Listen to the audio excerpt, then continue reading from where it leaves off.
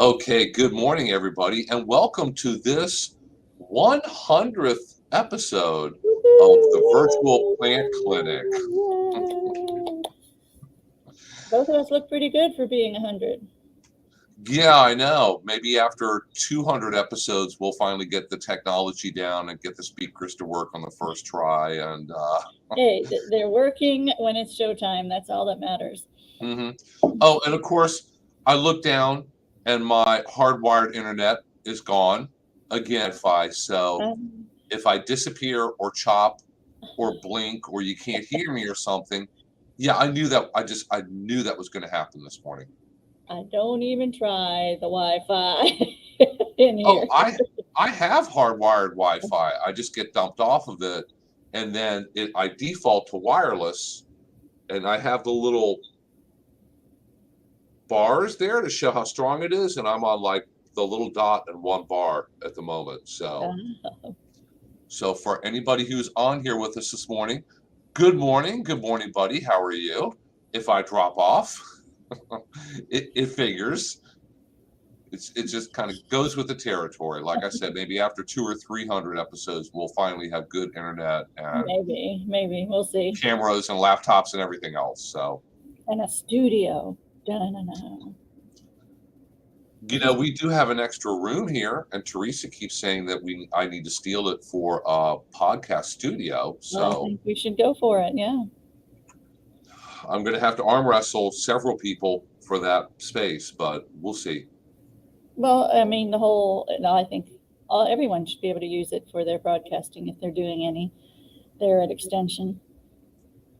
Well, nobody else does broadcasting except for myself. Oh, that's right, Buddy's up in the danger zone. Others have their junk in it too, so it's semi-filled with junk. Oh, good morning, Judy. How are you? And Buddy is up there in the Panhandle where they have very, very nasty weather that we're supposed to get at about 8 o'clock this evening, I think. Okay. That's what they showed on the news this morning. So my granddaughter's softball game begins at 7:45. Yes, yes, that late for 13-year-old girls. It's it's a field issue. But anyway, yeah, I'm hoping they cancel it then because I got wet at the last one. So. Well, doesn't everybody go to bed at 9 o'clock? I try to. Not if you want to watch girls softball. Their games literally start at 7:45, which is great. Weather-wise, it's not hot. Sure, from now until the height of summer, that's a really, really nice time of day. That last hour before it gets dark, if it's not raining. Yes. But if you have a huge line of thunderstorms on you, kind of different. I'm hoping they will make the decision to cancel that. Then I can watch my Thursday night shows too. It's the only night I claim the TV. Well, good morning, everybody. It's great to see that we have several people on here with us already for our 100th anniversary. Now, remember, we were going to let them tell us their success stories. So if you have anything to share, get your fingers moving. Yes, please feel free to share. Even you, Teresa. Teresa is our normally stalker or lurker participant here at the office. She's the fixer. Yes, a lot of times we'll be talking about something, and all of a sudden in the comments, it shows up with a link to a fact sheet or some more information. That's Teresa that does that in the background. Mm-hmm. So, hey, guys, ever since the very beginning, 2 years ago, and it will be 2 years next Thursday. So next Thursday, we're going to be having our special 2-year anniversary show. The whole idea behind this was going to be for you. This was going to be because for a time we had the office closed, as many offices were closed, and you could call and you could email pictures, and people still do that, but people could not come to the office. So we wanted to do something to kind of replicate that, where people can all go online together. And if you have pictures, we can share them and show the pictures and take our best shot at figuring out what's wrong with it. and how to tell you how to go about fixing it. But this is basically for you guys. It's not, for me and Lily, although we enjoy doing it very much. It's become a regular part of my week, 10 o'clock Thursday morning. So if any of you watching have anything that you want to share about how we've helped you out, a question we've answered for you, your yard or your garden or your vegetable garden, if something looks better now because of us, maybe it looks completely dead because of our advice, whatever you want to share, go ahead and take a minute and go ahead and share that, because this show is for you. And it'd be really nice to see if we've actually been of some kind of benefit to you. Now, Buddy has been getting the storms that are going across that whole line up there, Mississippi, Louisiana, the Panhandle. But we are going to get them, like you said, this evening. But in the meantime, Monday and Tuesday, we were under a red flag, which means we were only getting your wind. And that means, luckily, it's not as dry as it was a couple weeks ago when we were getting a lot of wind. So I haven't heard of any kind of brush fires or anything real close to us, but they were happening multiple times a day a few weeks ago before we had a couple big rains. You combine freezes, dry weather, and then wind. That is just optimum conditions for fires to start, because Florida is a fire-maintained wilderness, and nobody lived here, it would just set itself on fire and burn away. It will go out eventually. And as part of the ecosystem, it's actually very healthy for the ecosystem.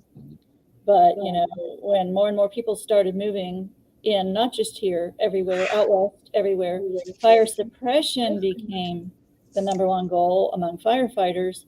And then it took them really right until the 70s to say, oh, that wasn't that good of an idea, because now we have all these non-native or even native weeds and brush built up, and that is more of a danger for people, So they do the maintained prescription fires now too, to get rid of some of the brush. And also there are just some plants that can't exist without fire.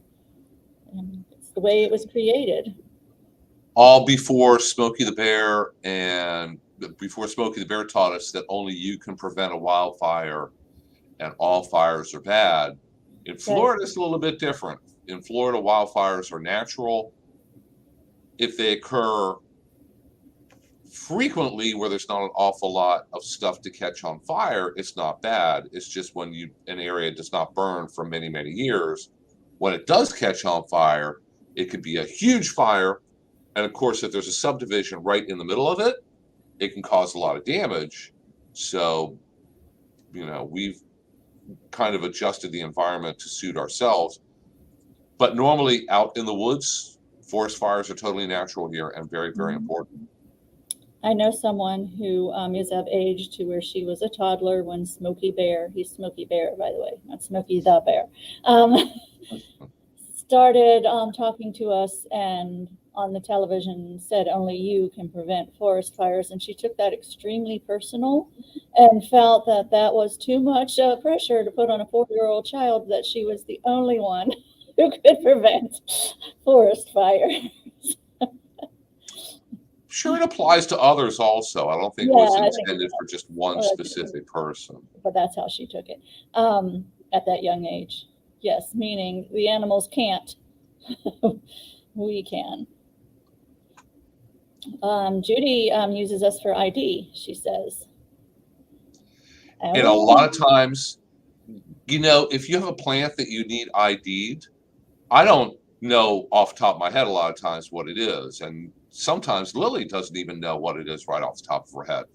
But with several good pictures and a little bit of information about like where it's growing, is it really wet? Is it really dry? Do you have one? Do you have 100 of them? We could send that off and get very, very good, accurate plant identifications from the University of Florida. And now she knows when to start her veggies. That's very important. And hopefully we've helped a lot of people with that through our office or through here on the virtual plant clinic and our classes. That's a huge problem for folks moving here from other states. The rules are totally different here in Florida. They are. You start thinking about planting tomatoes around Memorial Day up there, and down here you should be wrapping your harvest up. They're about done by then. They're about done. There was maybe, if you're lucky, maybe 2 weeks left of it at that point.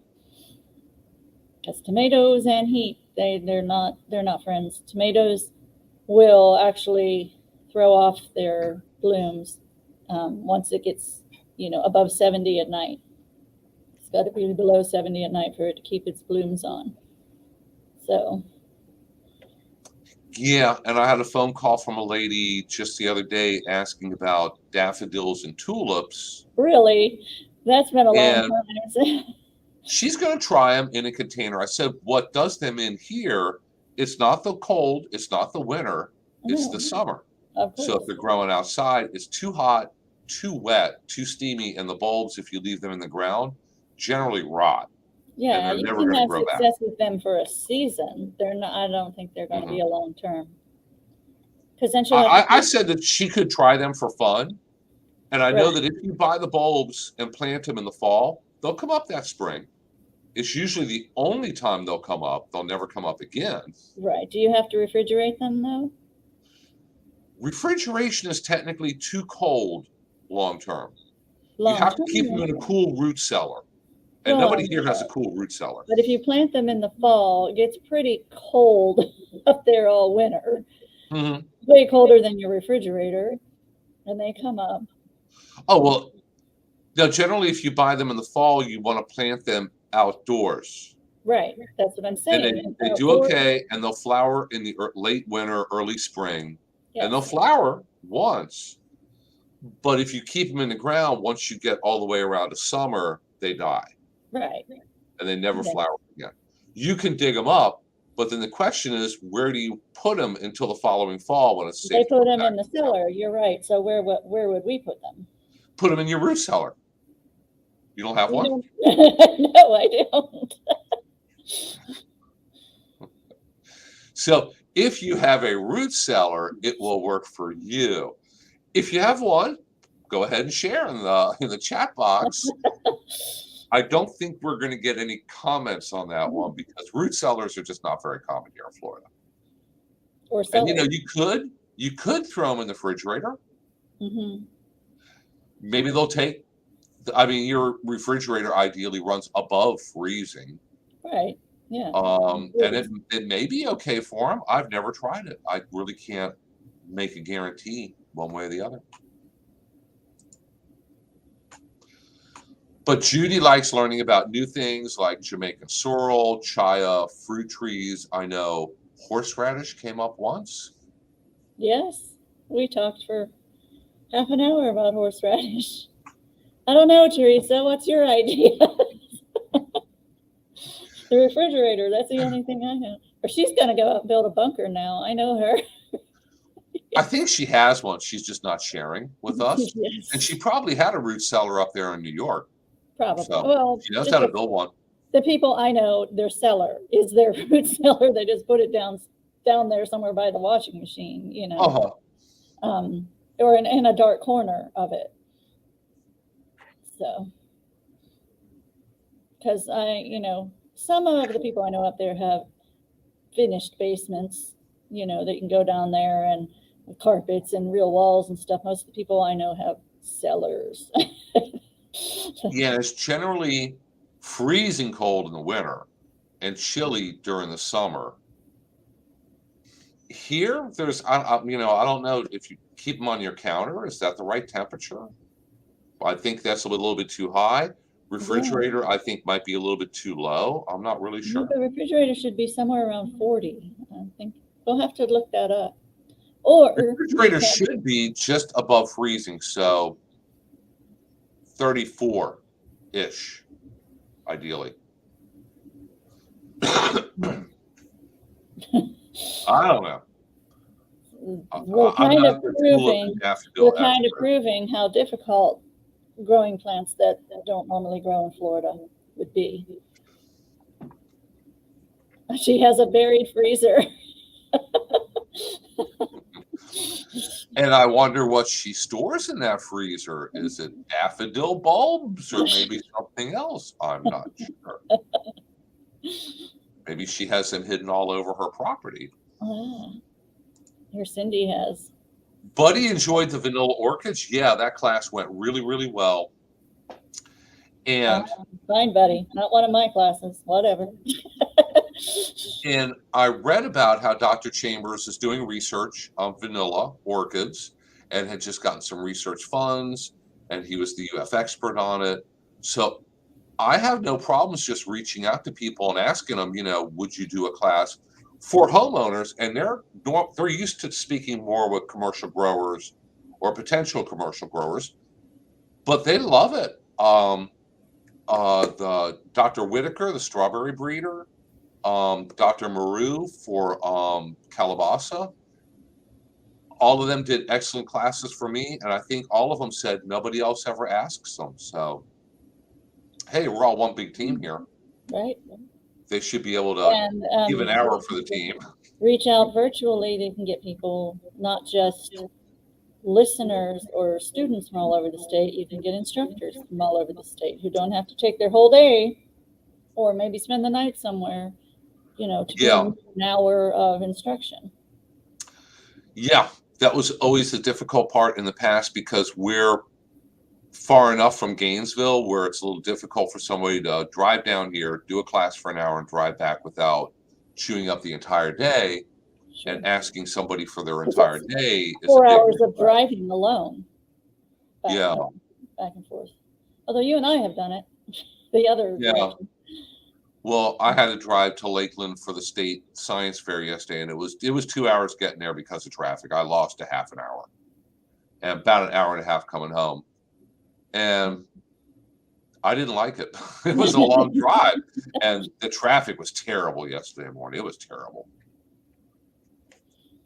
So, but the nice thing about doing things virtually is we're able to have these guests from all over the state, potentially all over the country, and they just have to come on for an hour or two, and we can record it. And if you want to watch it again, or if you work and you're not free at 10 o'clock on a Thursday morning or whatever time it might be, you can still watch it and learn from it. That's great. I mean, I think it's been a great benefit for everybody, and we've gotten a lot of really good comments and compliments. Absolutely. Do you see Sharon's?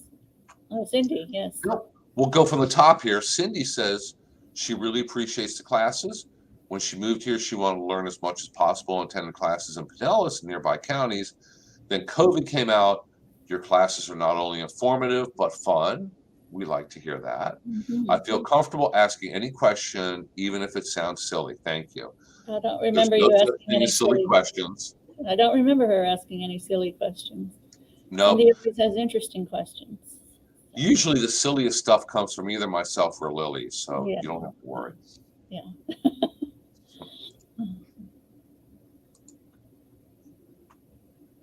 And Judy lost a few things to the last couple cold snaps. That happens. I think I have lost some young hibiscus. They were very young. I'm going to hold on till like June or so to see if they're going to start to do anything. But I think that's all I really lost. Mm-hmm. And you live and learn. And sometimes you might not think it's going to get all that cold, but it gets just a little bit colder, and the plants will surprise you. Something will go through freezes for years, and all of a sudden one year it's like, oh my gosh, it died. Mm-hmm. So it happens. Mm-hmm.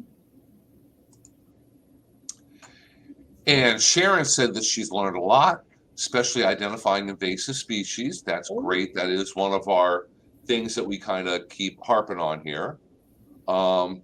She helps save crepe myrtle by suggesting the homeowner not trimming it back so drastically. Yay. Also learning more about vegetable gardening, and she encourages all newcomers to use our services. So do we.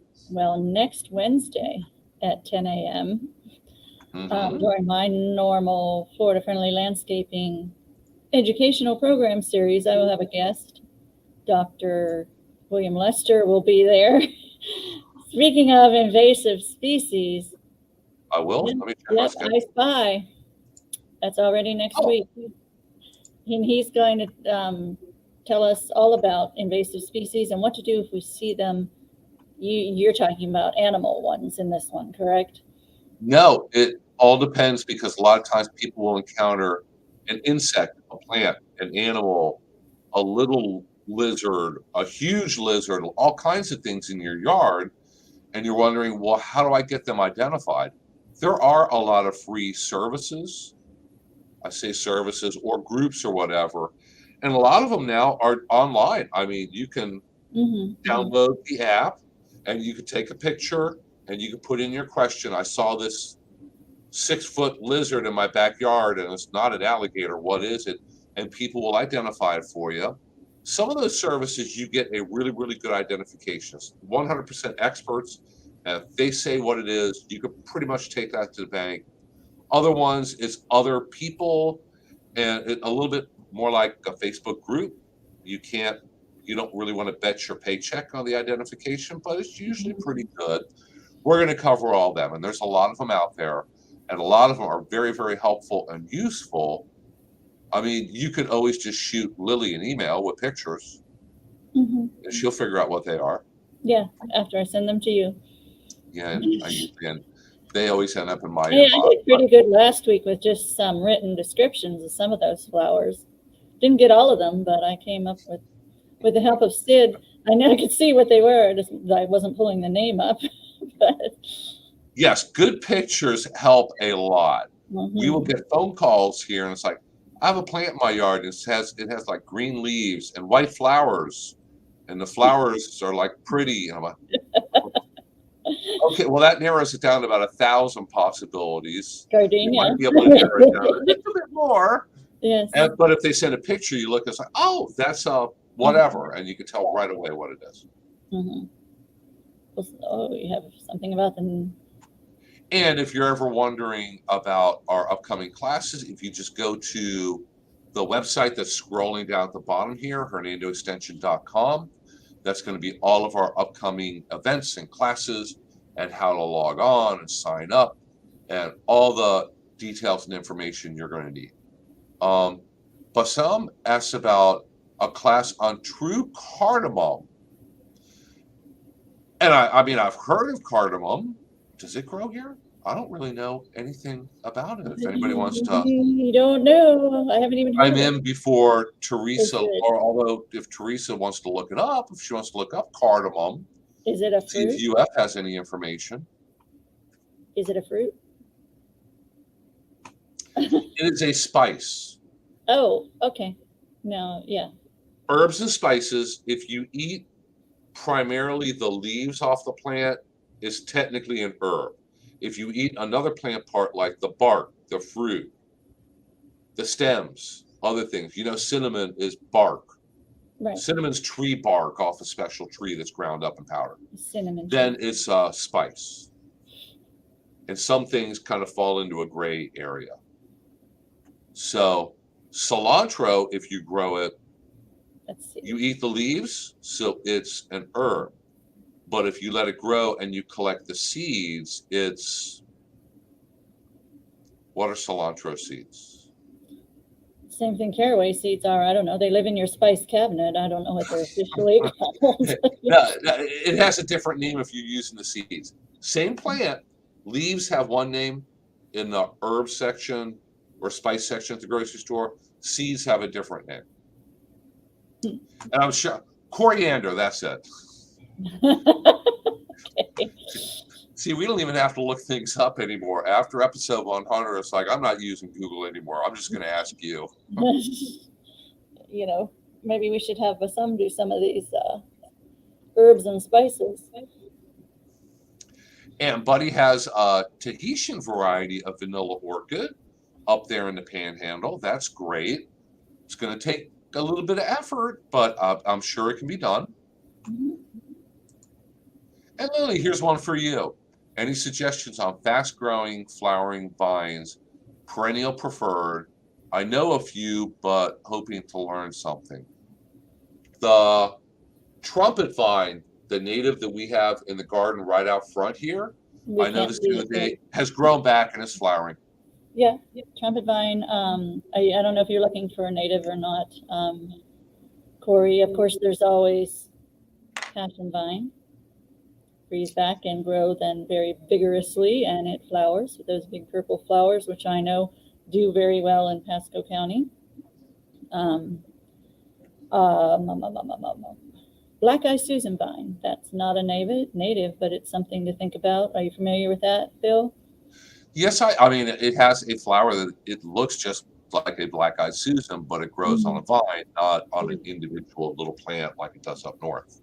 It looks, yeah, it's the colors of a Black Eye Susan, but it's not the same consistency. It's more trumpety vine-like flowers that has the yellow and then the dark center. I had that growing very well at my other house. So that's not a native, but that's a good one. Coral honeysuckle. If you want hummingbirds, get the native coral honeysuckle. And I'm not sure where to find it, but and you have to be very, very, very careful to get the American native wisteria. I don't think that's confusing because there's an invasive one and there's a native one. I'm not sure you can even buy the invasive one anymore. I hope not. But, don't go pick it up from your neighbors either, because then, when it eats your house.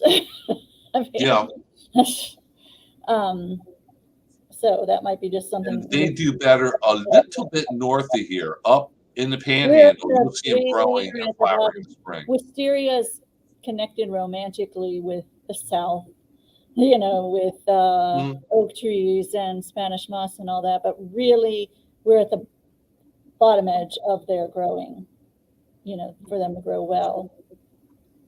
Although the invasive kind will grow very well. By your nursery, Bill, years ago, where is now the entrance into the fairgrounds? Mm-hmm. If you go up Oliver Street and in around that way, there used to be a little house there and a shed, completely engulfed in the invasive wisteria. So you do have to. Yeah, there's still a couple rough-looking houses on that street in that neighborhood, so about to cave in, I think. Yeah. Well, that one was, and so when the fairgrounds bought that piece of land, they just took it down and made it the entrance. Mm-hmm. Judy asks, do you have a place with natives? I'd like to get a few pawpaws. Our nursery sells native plants, but we pretty much never have pawpaws. The easiest thing to do is just look online. There's a lot of really good native plant nurseries in Florida, and you want to try to find one in Florida. And hey, order it online, and it shows up at your front door. I have pawpaws because God gave them to me. And that's another. I just showed my husband last night because we bought the lot next door, and he's hand clearing at least half of it. And this is allowing some pretty cool things to come up that I didn't realize was there. So I'm going to keep putting stakes on these little seedlings, meaning don't mess with this. There's a red maple in there. There's a magnolia, which isn't all that surprising. And I found just a day or so ago some pawpaw growing because they're flowering, so they were pretty obvious. So I showed him last night, don't mess with these either. So, but as Corey has pointed out before, they have a taproot, to the magna center of the earth, pretty much. So they're very difficult to transplant. So I guess you would have to, native plant nurseries would have to start them from seed. Because I tried to transplant one that was in my original yard. It was coming out of a palmetto, and I was not successful. The transplant didn't take, but the original pawpaw kept still growing, coming out of palmetto. So I leave it there. I'm like, fine, that's where you want to live, then there you are. So. Okay, here, all over your picture here, I'm blocking you out. Teresa found some information on cardamom, and it contains a top that regrows each year from an underground rhizome. It reaches 5 to 10 feet tall with 2-foot long pointed leaves. Small yellowish flowers form that make rib capsules that contain seeds, and the seeds are used to give flavor and aroma to coffee, candies, cookies. I've heard of it being used in cookies. I've seen recipes that call for cardamom. And other pastries. Dry the capsule in the sun for 3 days and then thresh it. Go to the threshing floor, I guess. I Like was just your thinking wheat, that too. and store the seeds. I'm going to have to try that. I'm going to have to look that up and maybe buy one online and give it a shot. Because Buddy says he uses it in his coffee. Interesting. And Teresa has a link here in the chat box to a Facebook post from Marion County Master Gardeners with some information on it. And with that wisteria, Corey says the invasive one is still for sale at Big Box. There are very few invasive plants where they have federal or even state laws against selling it, transporting it, having it, trading it with your friends, whatever, it's selling on a street corner. Very, very few. Well, that's good to know, Corey. We'll put that on one of our, we have classes on, beware of what you're buying at the nursery. And people want to know if it's invasive, why can they sell it? And Bill just said that it's a process to get the plant on a federal and or state, illegal to buy, sell, or transport list. There are some things on those lists which are generally become an economic problem for the state. There's a group, I don't remember their new name. Their old name was FLEPC, Florida Exotic Pest Plant Council, but they have a different name now because exotic. Really? They have a conference coming up, but they're still named. They were named FLEPC when I got the email. FLEPC, you'll see their new name. Oh, okay. Florida, I think it's Florida Invasive Pest Plant Counts, a species. I don't know what it is, but the word exotic is, we are throwing that word away. We're not in favor of that word anymore. And I think it's maybe because people are saying some natives can be pretty pesty. I'm not sure exactly, why we're just using that word. But anyway, they are a watch group that keeps an eye on these plants, and they have their own lists. And so there's the ones that are on the federal or the state obnoxious, they are obnoxious, noxious plant lists that, they're a terrible problem. You can't buy or sell or transport. All these others that haven't made it to the list yet, this watchdog group is like, so they have their own categories saying known to be invasive, pretty promising to possibly be invasive kind of plants. So they're kind of, ones to stay in touch with and see what's on their lists. Eventually they may, push enough to get them federally or statewide, regulated. But in the meantime, unless it's on a government list, the stores are free to sell it. And even a lot of them on different various lists, you're not breaking a law by selling it. So right. I could sell camphor trees on my street corner and not break a law. Mm-hmm. And goodness knows everybody every fall blows up Facebook asking, where can I buy one of those trees with the beautiful yellow and salmon color flowers on it, which is a golden rain tree, which we don't recommend. And then what happens now this time of year? There are some nurseries that sell that too. Yeah, this time of year, all the seeds are popping up and you get Jadera bugs eating the seeds. So, so it puts you into a bad place in life. Every spring you're going into a panic because of those little black and red bugs, and the seeds are popping up all over your yard, your neighbor's yard, and the empty lot next door. The church I've been going to, little by little, over time, some of the invasive plants that they have just weirdly disappear. It's kind of weird that way. Over time, quietly, just kind of disappear. And Corey says that he's going to have some native pawpaws for sale next spring, so he's working on it. And Judy wants to know, how do you get the passion vine growing? Because the caterpillars find it pretty quickly.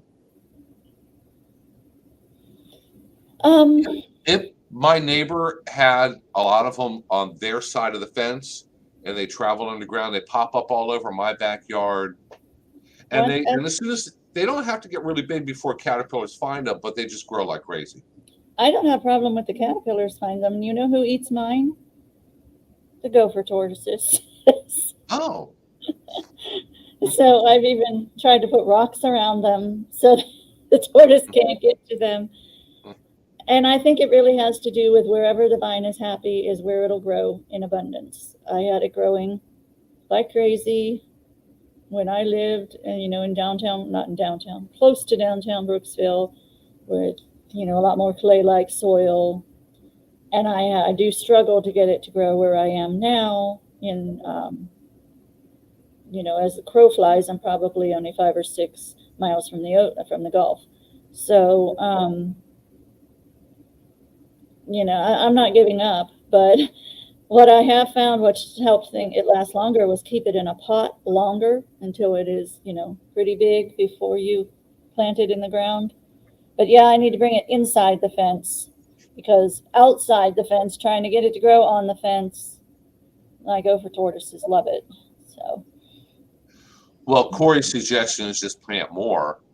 Mm-hmm. And for Judy, Teresa is being overachiever here. So, Judy, if you want to shoot Teresa an email, there is her email address, and she can send you a list of local native plant nurseries. And she's put in the chat, here's a few of them. And we'll leave this up here for a moment. Like I said, if you want to go ahead and shoot her an email, she'll send you a whole list of them. There are a lot of native plant nurseries in Florida, and I think it's a great idea to help support local businesses. Mm-hmm. And they're ideally going to be selling native plants that are going to do well in your yard. Yeah. If you live in Miami and you're ordering native plants from a good nursery up in the Panhandle, they may not all do that well in Miami because there's a world of difference between the two. So here, Teresa's done all the homework and research here. She's found them all, yeah. And you can look up FANN, Florida Association of Native Nurseries. And that's probably where Teresa's getting this information as well. Mm-hmm. Find a nursery near you. There's a good one in Groveland that the Master Gardeners use. Green Isle. Green Isle, yes, they're very good. They're in Groveland. Big one, yeah. I think Urban Forestry in Micanopy, I think that's where I bought trees before, little tree seedlings for tree giveaways. They're very, I hear good things about Wilcox Nursery in Indian Rocks and Largo, so that would be good for Cindy. So, yeah, as he was saying, you can make a nice day trip to, get some friends and go to a native nursery, but stay at least in your horticultural zone. Don't go from here to Miami and come back with a bunch of tropical plants that aren't going to do great. There's the one in Groveland. It's really Teresa's getting even faster. It's like 2 turns to get there. You go 50, 50, 50, 50, 50, 50 until you're in Groveland, and you turn right on 33, and it's just down there. Yeah, and it's outside of Hernando County, but it's not that bad of a drive. Not a lot of traffic normally. Now, if you go to the Hernando County Master Gardener Nursery, they do have some native plants. They're not a pure native plant nursery, but they will have native plants, and they will be clearly marked. So. They have a lot, but they don't have everything. Yeah. So, like I said, I'm pretty sure they don't normally have pawpaws. They may have had them before. And if you're wondering where the Master Gardener Nursery is, there is the address. It's right behind the fairgrounds on 41. And they're there Wednesday and Saturday mornings from 9 in the morning until noon, weather permitting. Right. So and a great really bad weather, they won't be there. When would be a really great day to go there, Bill? Coming up in April 23rd. Saturday, April 23rd is going to be Earth Day at the Master Garden Nursery. We're going to celebrate Earth Day, yes. And Florida it's Friendly Earth a Day huge celebration. celebration. And that will be 9 to noon. And we're going to have not only those great plants for sale, there'll be a native plant expert there that you can ask questions to. We're going to have a pollinator workshop and a macro photography workshop, as well as your chance to meet Dr. Bill and Lily. Yes, we will be there. My regular co-host. Yeah, I didn't slip that in this morning, did I? No. Feel so left out. Here, let me, if you give me a second, I'll pull up our flyer for Earth Day. Cool. Because I can do coming that. Into town that day to go to the Blueberry Festival, stop by and see us too.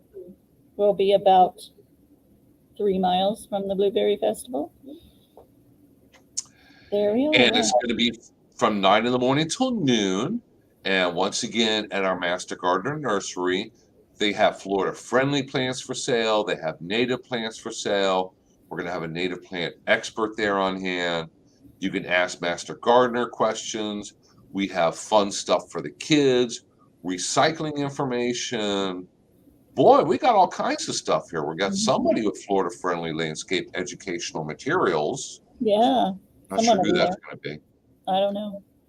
Pollinator class, macro photography workshop from a really good local photographer. So bring your camera or your phone or whatever you like to take pictures with and learn a little bit. You can just follow her around in the nursery, get some nice pictures of the plants, the insects. She's really good at finding them.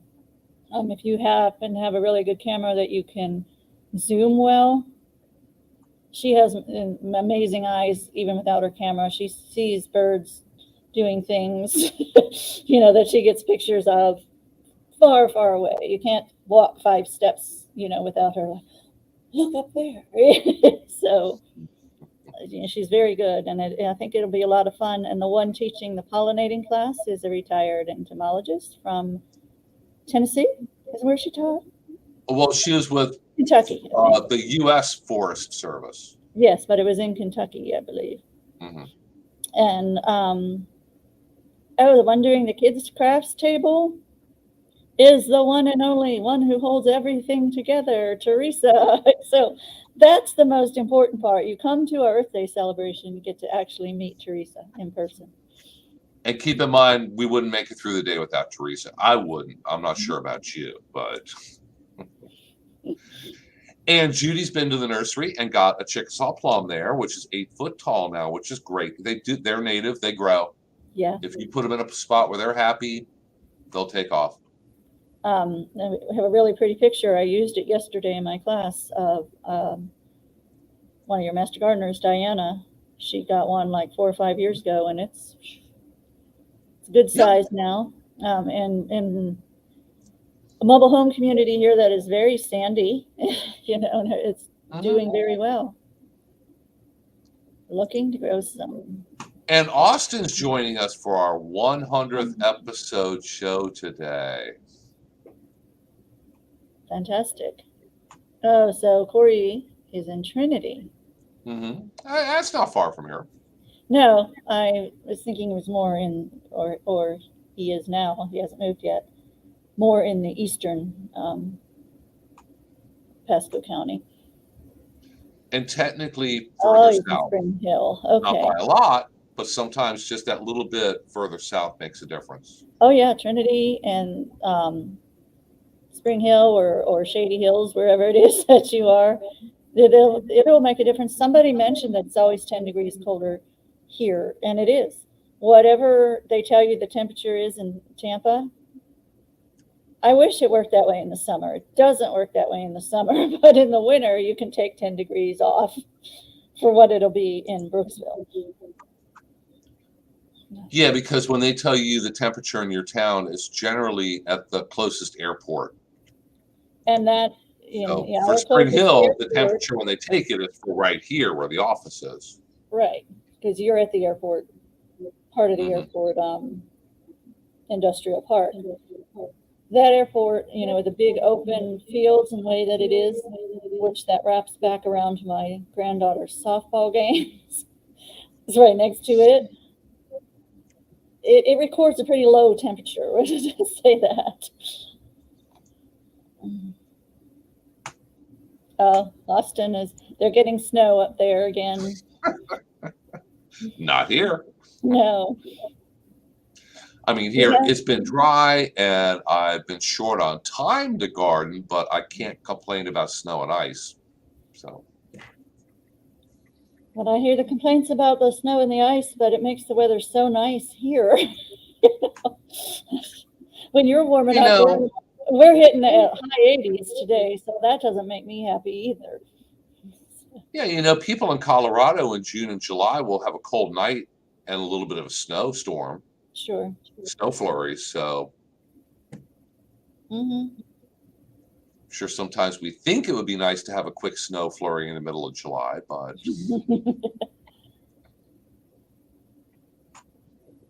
All right, PJ, yes. PJ has some catching up to do to watch them all. Please make sure you do. And be sure to like them and get all your questions listed. Yes. PJ has been a regular viewer on the other program that we've been doing, Food Systems in Season, on YouTube Live on Friday mornings. And tomorrow morning will be our last episode for the spring series. So be sure to tune in at 10 in the morning. Landscape to table? Is that a different one? Yeah, that's something different. Oh, I just shared Norma is doing a landscape to table program as well. Norma was on Food Systems in Season, but Norma does a lot of stuff on her own. So right. Well, you have to look at my Facebook page. I shared it there. I can barely keep up with what I'm doing most weeks. Which, by the way, since you were driving yesterday, I didn't ask you to share my bees program, but will you make sure to do that today? Yeah, I'll do that. We did a great program yesterday on bee specific and all about native bees and the plants that attract them. I think it went really well. It's getting a lot of views and hits. So if you go to my Facebook page, the YouTube link should be available anytime now on Hernando County Government YouTube. And it will be my 75th YouTube video on my playlist. So that's close to what I have grand total on mine and county governments. But I have a whole bunch of old ones for Master Gardener training and Air Potato Patrol training and everything else. They pile up. I tell you what, you keep doing classes, you record it, you get in the habit of, getting them finished, and before you know it, you're a YouTube influencer. Oh, ooh.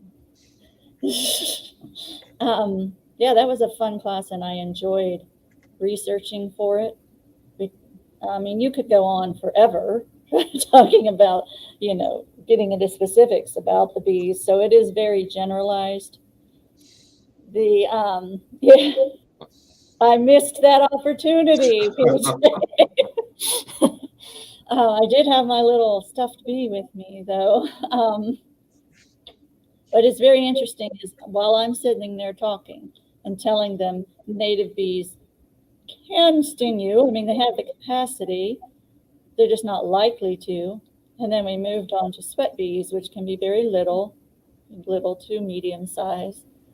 And I know that certain plants that I have in my front bed, they attract, specifically sweat bees. The beach sunflower seem to. I'm talking about this in my class. What I did not know was at my home, Near that front bed, there was a worker installing windows, and my husband told me swatted at himself, I guess, where he was sweaty, and got a little sting by a sweat bee at that exact same time. So I guess does prove if they feel provoked, they can sting. But a sweat bee on there's a scale of stings. Did you know that? The pain, it's called Yes. a Yes. Schmidt scale. So it goes, I guess, 1 to 2, 1 being the least painful, 2 being a honeybee sting, and then 1.1, 1.2, however it goes like that. And a sweat bee is just a 1. So hopefully he wasn't, and what they want is they want that nice salt that's all over you. Mm-hmm. So. Well, Judy has a powder puff that when it has bees on it, it kind of hums. Mm-hmm. Every house I've lived in with either the wild cherries or cherry laurels, Mm-hmm. because they flower very early in the spring and it tends to be the only thing flowering at that time. If you have a bunch of them when they're in full bloom, you could literally stand there, and if it's quiet, you can hear the buzzing above you up in the trees, because every bee in the neighborhood is going to come and visit it, because there's really nothing else blooming normally that early. And that's what hummingbirds. Where did I get hummingbirds? Bumblebees. Them and I think maybe one of the other bees, but they buzz pollinate, meaning they're hanging out there and their whole body kind of vibrates without their wings. It's just their body doing it, and it shakes all the pollen down and all over them. So that could have been happening by the millions too that you were hearing. And yeah, PJ thought probably times when you thought, oh, fly bit me or something, could have very well been a little sweat bee. Sure, and there's a huge number of different species of small bees. And they don't, unless you killed it by swatting it, they don't die from stinging of you, because their stingers are not barbed. Like honeybees have the barbed stingers, so they stick in you, and what they can't pull out without separating from the stinger and dying. But most of the native bees, or all of them, don't have barbed stingers, so they can sting you and survive to come back and sting you again. But they're really there you go. But they're really not aggressive, because only the bumblebees are social, meaning live together, with the other bees. And their hives are not what we think of, like the papery hives that honeybees have. They will utilize an existing cavity that maybe a rodent put in the ground, or a tree hole or something. But they're the only native ones with hives. All our other native bees are solitary. Therefore, they don't have that aggression to protect a hive. So, of course, if they feel threatened, they're going to sting you. But they're not, don't have that aggressive nature. Yeah, as a general rule, they're fairly safe to be around. Yes. Yeah, certain species of bumblebees, usually in the late fall, get a little bit defensive, and it really depends. So there's an exception to everything out there. Sure. But a lot of times, because I get emails and phone calls, and I see on Facebook, people will have little holes in their lawn, and they just absolutely flip out. Yeah. If it's in a spot where you and your children, your dog, aren't actively playing an awful lot, don't go hunting throughout your entire property looking for problems. Mm-hmm. I think some people go all the way to the very back corner of the yard and go like, oh my gosh, ants, there's ants growing here. What do I do to get rid of them? Just leave them alone. If they're not bothering you, leave them alone. The native bees, especially if you have a fairly thin lawn, if you have a really, really thick St. Augustine lawn, you're probably not going to have native bees making holes in the ground. They like open, sandy areas, ideally. Mm-hmm. And so if you have some of We them, discussed all that. Yeah. don't worry about it. I get them in the dog section of my backyard. Oh my gosh, I got native bees back there. I get, in early summer, the really big green June bugs. They're not the small brown ones. They're bigger, and they're kind of they almost look like a scarab beetle. They have the kind of a lot of Oh metallic yeah, green on them. yeah. I'll have dozens of them in the backyard. I don't even know why. I don't know what they're feeding on or enjoying back there, but they can feed on it. Sure. The Live dirt and let stuff's live. covered. Andre says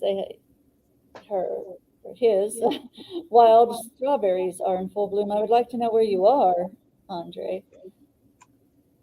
I'm sorry, raspberries. You can grow raspberries here. We don't really recommend it. They tend to get a lot of diseases, and they can be difficult and disappointing if they don't work out well for you. Blackberries do really well in Central Florida. They're native. Raspberries not so much, but I mean, even up in the Panhandle, they're going to do better up there than here.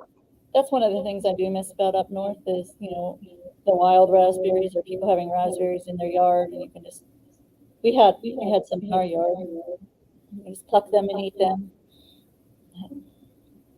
Yeah, they don't do as well here. Yeah. But we do have ants and fleas, apparently. You know, we do not have a problem with fleas, and I really can't give you an exact reason why. And what do you recommend when people do ask about fleas in their yard? Because I know you get that question often. We do, and this is probably going to involve looking online. There are a lot of good flea controls that you spray, or it's a powder, or you apply it out in your yard, and it's called an IGR, or Insect Growth Regulator. And what this does is it breaks the cycles. It stops the fleas from maturing to adulthood and mating and laying eggs. It takes a little bit longer to work, but if you do that and then deal with your dog, whether your dog needs a flea bath or a collar or the pills or whatever it might be, try to get them out of your house, vacuum. Generally treating the pet is what works the best. But if you do that, you can break the cycle and get rid of them. If what you do instead is either you spray or you depend on your service to come and spray, that's when a lot of people end up having to call us. It usually doesn't work out well. We killed everything. Because there's nothing that just kills the fleas other than that growth regulator that you mentioned. If you just kill everything in your yard, then you have created an unsafe environment for your pets, as well as really destroyed the ecosystem there. Lady contacted us, and she had a wooden deck built in her backyard, and the yard sloped a little bit, so there was a bit of a crawl space under the deck, and her dogs would crawl in there to play, and they had fleas. So she looked out there, and she stuck her arm down there, and there was tons of fleas down there. She had her service come and spray. Over the next couple weeks, he sprayed 10 times with really strong stuff. Kind of stuff where if you actually read the label, it would tell you don't spray it that often or whatever. And I'm thinking, so the first 10 times didn't work, but spray number 11 is going to work? Or what is that magic number? Is it 12? You know, he should have figured that it wasn't working. Yeah. And she kept complaining, and he guaranteed it. He just came back out and kept spraying. And I tell you what, I wouldn't have let my dog play in her backyard. No. Insect growth regulators work, and they're very, very safe for you, for your dog, for everything, for the sweat bees and everything else in your yard. It's a very targeted. We don't want to kill the sweat bees. Yeah. So with those raspberries, they are in Beverly Hills, up in Citrus County. Good luck. North of here. Yeah, let us know how that goes. Let us know how that goes. Yeah, let us know if you get a nice harvest off of them. Like I said, they can grow here. The problem sometimes with raspberries is they like more cold weather than what we get right here in Hernando County. And they get a lot of fungal leaf spot problems, which can be difficult to control so that they don't kill your plants in the long run.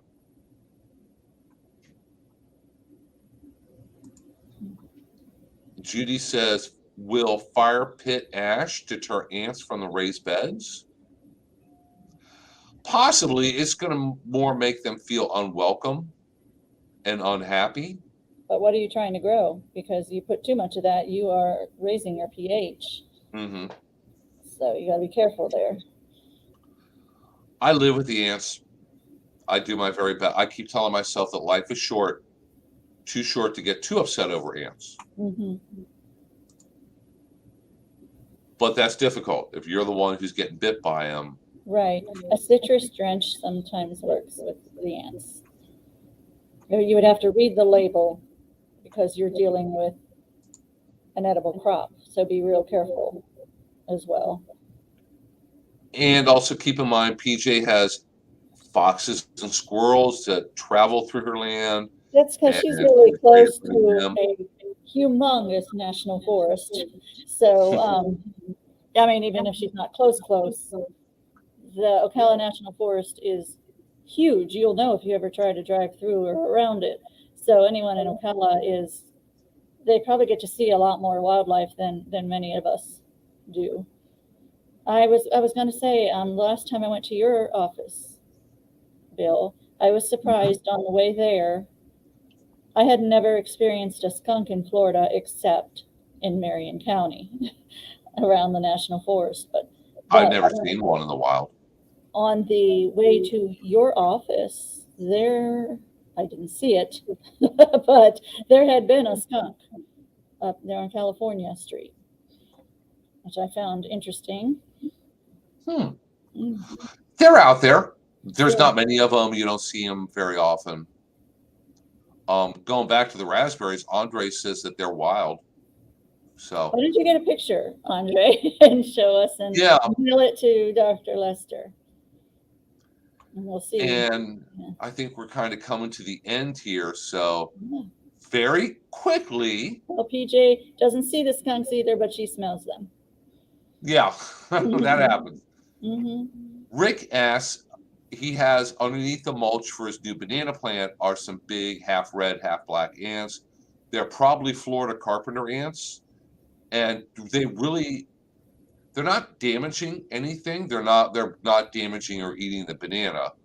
They have obviously found either a protected area like under the mulch or under a rock to live. You'll find them underneath rocks a lot of times. I've never been bit by one. They could bite the heck out of you. If you go and start poking your finger at them, they'll probably bite you. But it's really technically not a really huge concern. If you can dump a lot of water, you could try to destroy their little home or where they actually are, and they're probably going to move. He's worried about his health. They're difficult to get rid of. And as long as they're not right up close to your house, they're not going to get in your house. They can, but you don't see that very often. Insect growth regulator is in the description if you're looking online. It's not a trade name or a company name or an active ingredient name, because there's a lot of different ones for different things at this point. Sure. Like for mosquitoes, one of the Bacillus thuringiensis that is specifically for mosquitoes, it makes mosquito larvae stay larvae till they die. They never grow up into mosquitoes. Mm-hmm. So yeah, it's kind of the same theory. And for fleas, you want to try to treat and clean and wash pretty much everything, and then do it again about 7 or 10 days later for the next group that hatch out. And the dog's and beds. If you're using an insect growth regulator, just follow the directions on the package. Whatever you had to do when your children had lice and you went crazy cleaning everything, you got to do the same thing about fleas. You know, as far as the intern, everything they sleep on, everything they touch, their stuffed animals, whatever, you got to get all that clean and then repeat it, like you said. And do ants bite or sting? Feels like a sting? All depends. We have, probably over 100 species of ants here in Central Florida. Some bite or sting. Technically, they have a sting, and other ones don't. So it all depends on the ant species in question. If we're looking them up to try to identify them, Under a microscope, one of the first things that you do when you're following the identification guide is you look at their back end to see if they have a little pointy thing, a sting, or not. And either they do or they don't. And then you go down the line and narrow down what species it is from there. But not all ants bite or sting. Definitely not. What do fire ants have? Fire ants, I think, sting and bite, and their sting contains a type of formic acid. So that's why it hurts so bad, and it can give you a bump, and you might have a reaction to it. It's because of the formic, I think it's formic acid poison that Because they have in there. they bend themselves in half when they're biting you too. Mm-hmm. Well, yeah, that's so that they can poke you better. Okay. Non-technical term there. Yes. Yes, but not all ants are fire ants. So. PJ has a question. And we can't wander into giving too much medical advice on this show. But some people do have a reaction, others not so much. But there is a very specific, like she's right, little pus bump that says, oh, you had bit by a fire ant. That's really a medical question. I'm not that kind of doctor. You're not that kind of doctor. But you play one on TV. No, I play one apparently on Facebook and YouTube. So.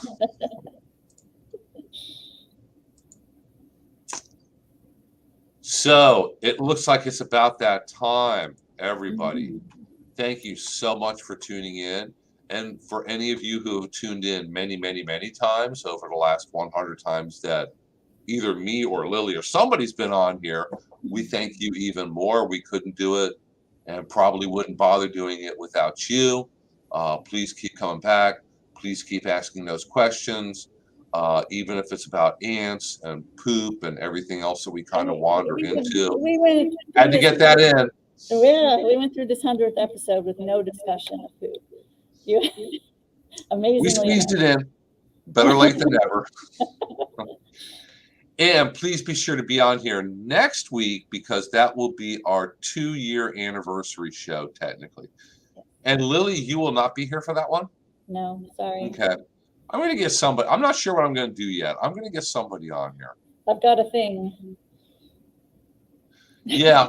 And then I have a thing, I think maybe the week after that. 14th. 14th, yeah. I have to go to the central. Oh, gosh. Are you off also? Yes. Actually, yes. Yeah, I have to go to Ocala for the whole day.